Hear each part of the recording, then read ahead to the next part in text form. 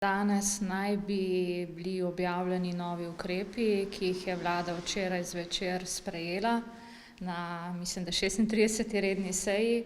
Sicer kakšni bojo ti ukrepi, še trenutno v tem času ni znano, ob 11. danes naj bi bilo predstavljeno na novinarski konferenci.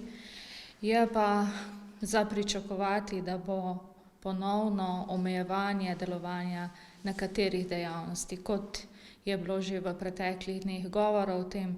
To v prvi vrsti so gostinski lokali, frizerski, kozmetični saloni, fitnes centri, pač te storitvenih dejavnosti, ki imajo neposreden stik s strankami.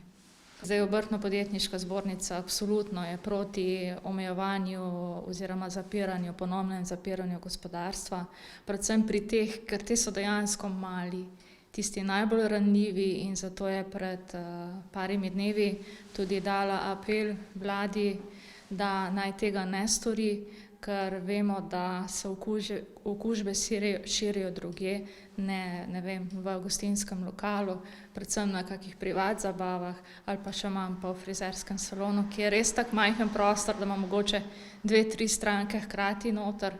Tukaj je tako ali pa tako zagotovljena neka zadostna razdalja, tako da niso problemi gostinski pa frizerski saloni, ampak je problem drugje.